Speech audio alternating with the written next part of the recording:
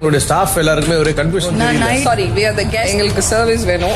மோட 5 மினிட்ஸ்ல எங்க இல்லனா கேக்குற மாதிரி நான் அமைதியா இருக்க முடியாதுனால. நண்பர்கள் அனைவருக்கும் வணக்கம். இன்னைக்கான ப்ரோமோ வந்துருச்சுங்க.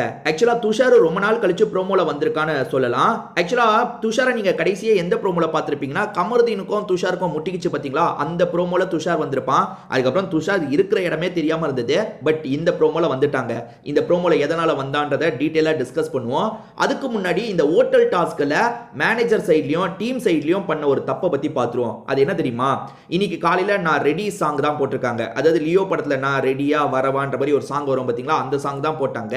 கெஸ்ட்டுமே வந்து டான்ஸ்லாம் பண்றாங்க. நீங்க யோசிச்சு பாருங்க, கெஸ்ட்டுக்கு முன்னாடி ஹோட்டல்ல இருக்கவங்க எந்திரிச்சிருக்கணும், அந்த யூனிஃபார்முக்கு மாறி இருக்கணும், சர்வீஸ் பண்றதுக்கு ரெடியா இருக்கணும். கரெக்டா இல்லையா?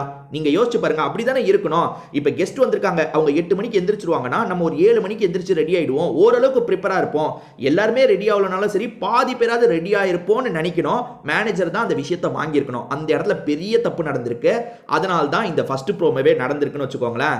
ஏன்னா வந்து காலையில அவங்க 3 பேர் முழிச்சிட்டாங்க. அவங்க 3 பேருக்கு ஏதாவது சாப்பிட வேணும், அந்த மாதிரி ஏதாவது தேவைகள் இருக்கும்ல, அந்த தேவைகளை நிறைவேற்றுறதுக்கு யாருமே இல்ல போல. இந்த ப்ரோமோவோட ஸ்டார்டிங் நடக்கிறதுல இருந்து நம்ம வந்துருவாங்க. மேனேஜரான திவ்யாவை கூப்பிட்டு யார் பேசுறாங்கன்னா தீபக் பேசுறாரு. தீபக் இருக்காரு, அதே மாதிரியும் வந்து மஞ்சரி அந்த இடத்துல இருக்காங்க. பிரியங்கா எங்க போனாங்கன்னு தெரியல. மேபி பிரியங்கா தூங்கிட்டு இருக்க வாய்ப்பு இல்ல, முழிச்சிட்டாங்க, குளிக்கிறதுக்காக போயிருப்பாங்களா இருக்கும். சோ மஞ்சரி தீபக் தான் வந்து திவ்யா கணேஷ் கிட்ட பேசுறாங்க. முதல்ல தீபக் என்ன சொல்றாருன்னா, உங்களோட ஸ்டாஃப்ஸ்குள்ளேயே நிறைய கன்ஃபியூஷன் இருக்கு போல, யார் எந்த வேலை பார்க்கறதுன்ற மாதிரி பயங்கரமா கன்ஃபியூஸ் ஆயிட்டு இருக்காங்க, நீங்க அதை கொஞ்சம் சரி பண்ணுங்க அப்படின்ற மாதிரிலாம் சொல்லிட்டு இருக்காரு. நீங்க நல்லா கவனிச்சுக்கோங்க. இப்ப யூனிஃபார்ம்ல பிரவீன் ராஜ் இருக்காரு. பிரவீன் ராஜ் மாதிரி ரொம்ப சிலர் மட்டும் தான் யூனிஃபார்ம்ல இருக்காங்க. அமித் வந்து சீக்கிரமா ரெடியாகி யூனிஃபார்ம்லாம் போட்டுட்டாரு.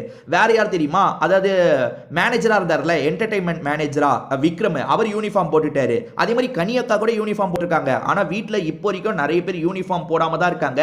யோசிச்சு பாருங்க, மேனேஜரே யூனிஃபார்ம் போடாம தான் பேசிட்டு இருக்காங்க. தோ இவர் என்ன சொல்றாருன்னா, அவங்களுக்குள்ளேயே ஏகப்பட்ட கன்ஃபியூஷன் இருக்கு, அதை முதல்ல சால்வ் பண்ணுங்க, எங்களுக்கு சர்வீஸ் வேணும்னு சொல்றாங்க. அப்ப மஞ்சரியும் பேச ஆரம்பிச்சிட்டாங்க. we are guest here, எங்களுக்கு சர்வீஸ் வேணும். ஏன்னா சர்வீஸ் இப்ப கிடைக்காம இருக்கு. அதாவது அவங்க என்ன கேட்டாலும் வரணும்ன்றது தாங்க கான்செப்ட். இப்போ அவங்க ஒன்னு கேட்டா யாருமே எடுத்துட்டு வரதுக்கே ரெடியா இல்ல. ஏன்னா அவங்க தான் அவங்க வேலையை பார்த்துட்டு இருக்காங்கல்ல. அதனால எங்களுக்கு சர்வீஸ் வேணும், சீக்கிரமா ஏதாவது பண்ணுங்கன்ற மாதிரி மஞ்சரி சொல்றாங்க. இப்ப திவ்யா கணேஷ் ஏதாவது பண்ணணும்ன்றதுக்காக என்ன பண்றாங்கன்னா, வேகமா அவங்களோட சீட் இருக்கும் பாத்தீங்களா, அந்த இடத்துக்கு வந்துடுறாங்க. எல்லாரும் வாங்க வாங்கன்ற மாதிரி கத்தி கத்தி கூப்பிடுறாங்க. இப்ப எல்லாருமே அந்த இடத்துக்கு வந்து நிக்கிறாங்க. யோசிச்சு பாருங்க, சபரி யூனிஃபார்ம் போட்டிருக்காரா, அதுக்கப்புறம் யாரு அமித் யூனிஃபார்ம் போட்டிருக்காரா, அதுக்கப்புறம் வந்து விக்ரம் யூனிஃபார்ம் போட்டிருக்காரு. பாருங்க இதுலயே தெரிஞ்சு பாருங்க, விக்ரம் போட்டிருக்காரு. சோ அதுக்கப்புறம் பிரவீன் ராஜ் போட்டிருக்காரு. மத்த எத்தனை பேர் போடாம இருக்காங்க பாருங்க. முதல் விஷயம், திவ்யா கணேஷ் சீக்கிரமா ரெடி ஆகணும், அவங்களே ரெடி ஆகல. பார்வதி கண்டிப்பா ரெடியா இருக்க வாய்ப்பு இல்ல. பார்வதி எங்க இருக்காங்கன்னு கூட தெரியல, இந்த ப்ரோமோல எங்கேயுமே பார்க்க முடியல. ஆனா மத்தவங்க பாருங்க எவ்வளவு பேர் யூனிஃபார்ம் இல்லாம இருக்காங்க. துஷார் யூனிஃபார்ம் போடல, சுபிக்ஷா யூனிஃபார்ம் போடல.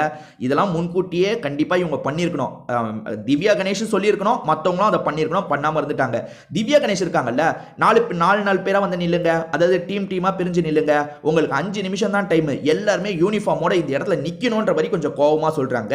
பட் 5 நிமிஷத்துல இவங்க குளிச்சுட்டு ரெடியா வரதுக்குலாம் வாய்ப்பு இல்ல. வேகமா இவங்க வந்து அந்த யூனிஃபார்மை போட்டுட்டு இந்த இடத்துக்கு வந்து நிக்கணும்.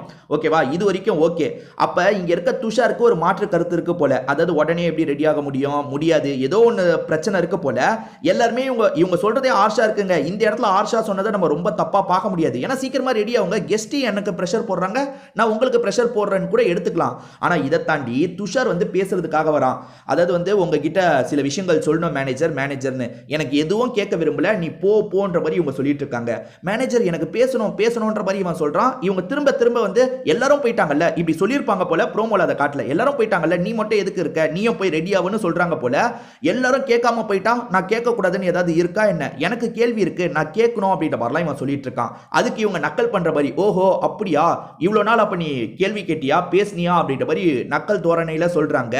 ஆக்சுவலா துஷார் நேத்து நைட்டு லைவ் பார்த்துருந்தீங்கன்னா தெரிஞ்சிருக்கும், சுபிக்ஷா கிட்ட இவங்க பண்ற எல்லா விஷயத்தையும் போட்டு உடைக்கிறான். அதாவது இவங்களுக்கு டபுள் ஃபேஸ் இருக்கு, இவங்களே நான் பேசும்போது குறுக்க பேசாதீங்கன்னு சொல்றாங்க, ஆனா இவங்களே தான் அந்த விஷயத்தை பண்றாங்க. தொடர்ச்சியா இந்த மாதிரி தான் பண்ணிட்டு இருக்காங்க. இதுக்கப்புறம்லாம் நான் கேட்க போறேன், கெஸ்ட் இருக்காங்கன்னு பாக்குறேன், கெஸ்ட் எல்லாம் போனதுக்கு அப்புறம் நான் கேட்க போறேன்ற மாதிரிலாம் சொல்லிட்டு இருந்தான். நேத்து நைட்டு தாங்க சுபிக்ஷா கிட்ட சொல்லிட்டு இருந்தான், இன்னைக்கு காலையிலேயே பேச ஆரம்பிச்சிட்டான். அதாவது மேனேஜர் உங்ககிட்ட பேசணும்னு சொல்றான், ஆனா இவங்க இருக்காங்கல்ல, போய் முதல்ல ரெடியாவு, இங்க நிக்காத, எனக்கு பேச விரும்பல அப்படின்ற அதாவது எனக்கு பேசுறதுல விருப்பம் இல்லைன்ற மாதிரி சொல்லிட்டு இருக்காங்க. இங்க அமித் என்ன பண்றாரு பாருங்களேன், நீ போன்ற மாதிரி அவனை தடுத்துட்டு இருக்காருங்க.